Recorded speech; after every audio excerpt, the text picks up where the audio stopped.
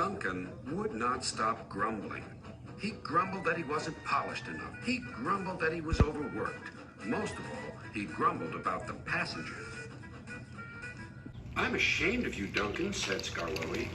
"Thank goodness Rheneas is coming home soon. Perhaps he'll teach you some sense before it's too late." "What has Rheneas to do with me?" "Rheneas saved our railway," replied Skarloey. "Please tell us about it," said Peter Sam. "Well," began Skarloey, "it was before you came here. Things were bad. Rheneas and I had to keep the trains running, or our railway would have to close." "How awful," murmured Peter Sam. "I tried hard," continued Skarloey, "but my old wheels ached." Rheneas understood. "It's my turn now," he'd tell me.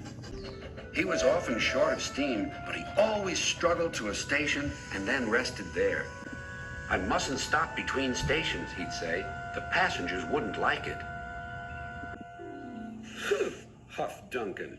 He had stopped on a viaduct and hadn't cared at all. "Passengers," continued Skarloey, "get cross if you stop at the wrong places. Rheneas stopped in the wrong place once, and this is what happened." One wet and windy afternoon when the rails were damp, Rheneas was traveling home with a full train. There were even passengers in the caboose. It wasn't a comfortable ride at all. Rheneas's wheels kept slipping, and it was a steep climb.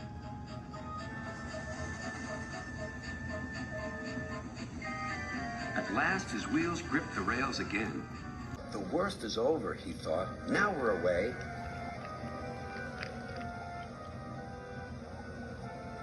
But they weren't. I got a cramp," he groaned. And Rheneas stopped on the loneliest part of the line. His driver examined him carefully. "Your valve gear has jammed. We need to reach the next station.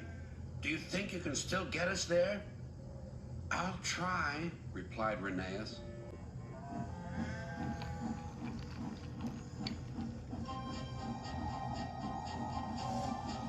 Rheneas did his best.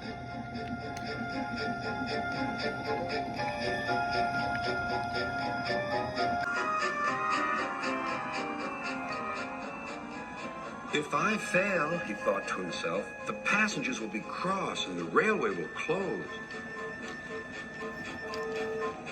Everything blurred. He was really too tired to make another turn of his wheels, but he did. And another, and another, and another.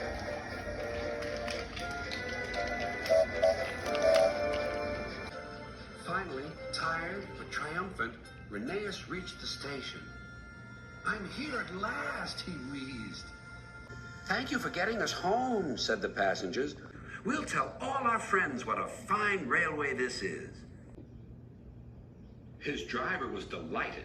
"You're a gallant little engine," he said to Rheneas. "When you're rested, we'll mend you, so you'll be ready for tomorrow." And, smiled Skarloey, Rheneas always was ready for tomorrow. "Thanks for telling us about him," whispered Duncan. "I was wrong. Passengers are important after all." The next day, Rheneas came home. All the engines were there to greet him. Edward pushed his truck to the siding, where he was lifted onto his rails. This was the signal for a chorus of whistles from engines large and small. Everyone was happy, and Rheneas was the happiest of all.